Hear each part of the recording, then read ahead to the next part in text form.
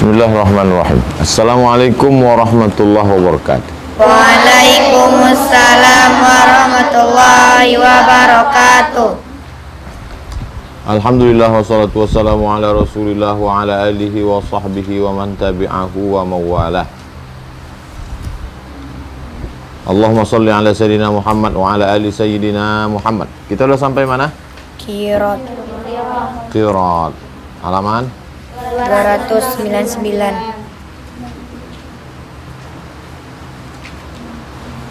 Qard atau qirat, qardun. Jadi kalau kalian ke bank syariah, ini namanya qardul hasan, Pak. Buat situ tulis Arabnya. Qard atau qirat. Qard. Kalau qirat pakai alif, qirat. In tuqridallaha qardan, dari ayat Quran. Tafadhali, silakan. Qirat ialah memberikan modal dari seseorang kepada orang lain untuk modal usaha. Ada yang pandai ternak lele, pandai dia. Yang satu lagi ini punya duit tapi sibuk, maka mereka saling membutuhkan. Yang satu pandai tapi tak punya duit, yang satu punya duit tapi tak pandai, sibuk. Maka yang punya duit memberikan pinjaman. Pinjaman itu namanya Qirat. terus. Sedangkan keuntungan untuk keduanya menurut perdamaian atau perjanjian antara keduanya sewaktu akad, dibagi 2 atau dibagi 3 umpamanya. Baginya terserah. Ini duitku 1 juta, kau pakailah. Tiba-tiba setelah berlalu waktu, dijual lele tadi, dapat 2 juta. Dapat 2 juta. Lalu untuk yang modal berapa? Dibagi 50% untung. Untuk si pemodal berapa? 1,5 juta. Karena modal balik ke dia. Untung kan 1 juta. 500.000 untuk si pemodal, 500.000 untuk si pekerja. Begitulah cara Islam untuk menolong orang. Terus. Rasulullah SAW telah melakukannya. Beliau mengambil modal dari Siti Khadijah sewaktu beliau berniaga ke Syam. Begitu pula ijma sahabat. Yang punya barang-barang siapa? Siti Khadijah. Khadijah. Yang menjualnya Rasulullah SAW. Kalau laku, keuntungan dibagi. Terus. Qirat memang telah ada di masa jahiliyah atau sebelum Islam, kemudian ditetapkan atau diperbolehkan oleh agama Islam. Peraturan qirat ini diadakan karena benar-benar dibutuhkan oleh sebagian umat manusia. Betapa tidak, ada orang yang mempunyai modal tetapi tidak pandai berdagang atau tidak berkesempatan. Sedangkan yang lain pandai dan cakap, lain lagi mempunyai waktu yang cukup tetapi tidak mempunyai modal. Qirat berarti juga untuk kemajuan bersama. Perdagangan juga mengandung arti tolong menolong. Tolong menolong. Ada rukunnya. Apa rukun? Rukun qirat. 1. Harta atau modal, baik berupa uang ataupun lainnya. Keadaan modal hendaklah diketahui banyaknya. 2. Bisa dalam bentuk ngasih duit. Kau pakai duitku ini 10 juta. Atau tidak kasih duit. Ini ada kambing 100 ekor. Kau uruslah, nanti hari raya Idul Adha kita jual, keuntungan kita bagi. Atau punya anak ikan, atau punya anak puyuh, atau punya burung, lain sebagainya. Terus. 2. Pekerjaan, yaitu berdagang dan lain-lainnya yang berhubungan dengan urusan perdagangan tersebut. Barang yang hendak diperdagangkan, begitu juga tempat hendaknya tidak ditentukan, hanya diserahkan saja kepada pekerja. Barang apa dan di tempat manapun bisa, asal menurut pandangannya ada harapan untuk mendapat keuntungan. Kau mesti jualnya di pasar pagi Arengka, tak perlu.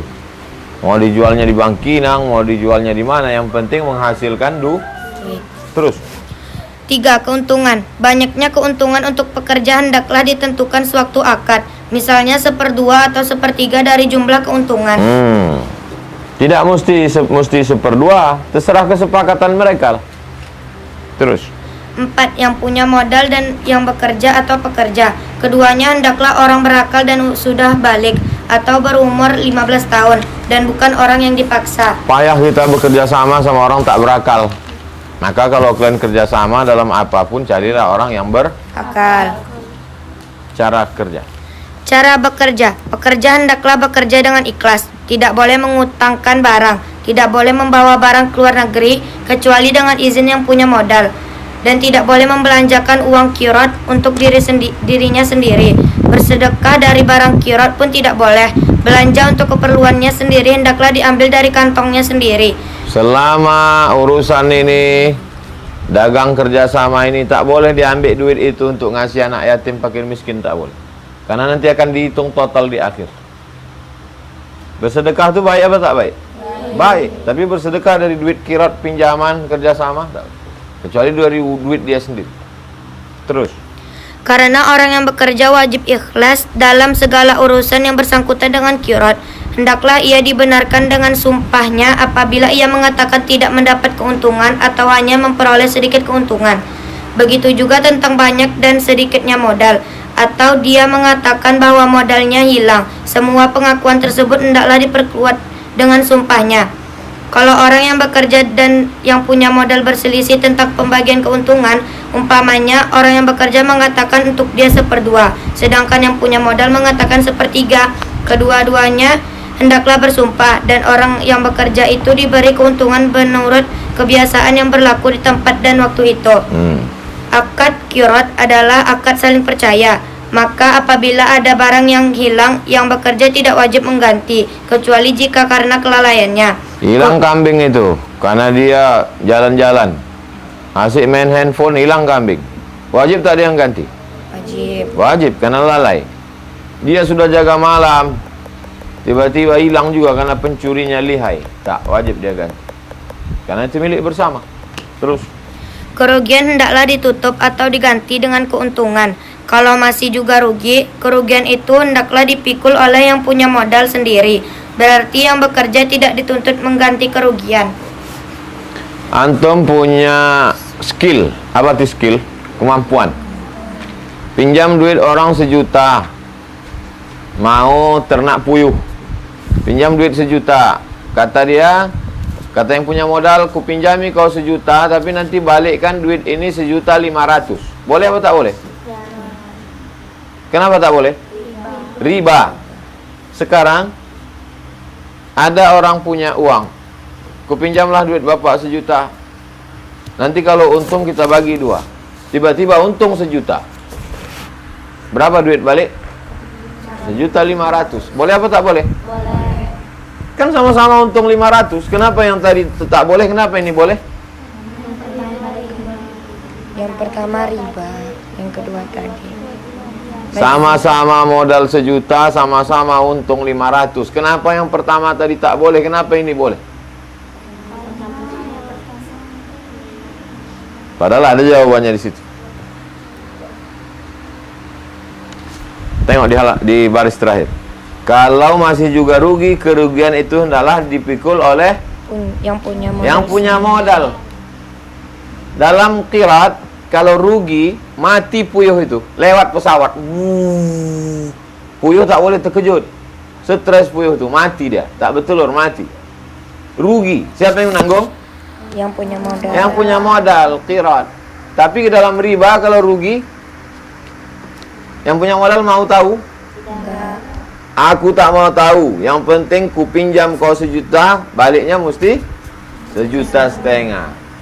Dapatlah dipahami kenapa riba itu tak boleh. Karena dia tidak mau rugi, maunya untung saja.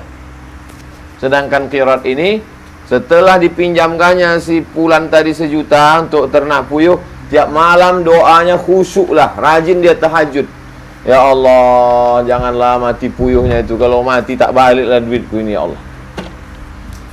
Jadi prinsip ekonomi Islam itu adalah akhlak. Mau tahu sama orang. Jadi nanti kalau kalian ditanya orang, insya Allah bisa menjawab. Pinjam riba 1 juta, balik 1,5 juta. Ini qirat ini sama aja. Sama aja tuh, Bu. Tak sama. Di mana tak samanya? Pokoknya kata Ustadz dulu tak sama. Aku udah lupa entah di mana lah itu. Bisa jelaskan? Bisa. Itu qirat. Selesai pembahasan qirat.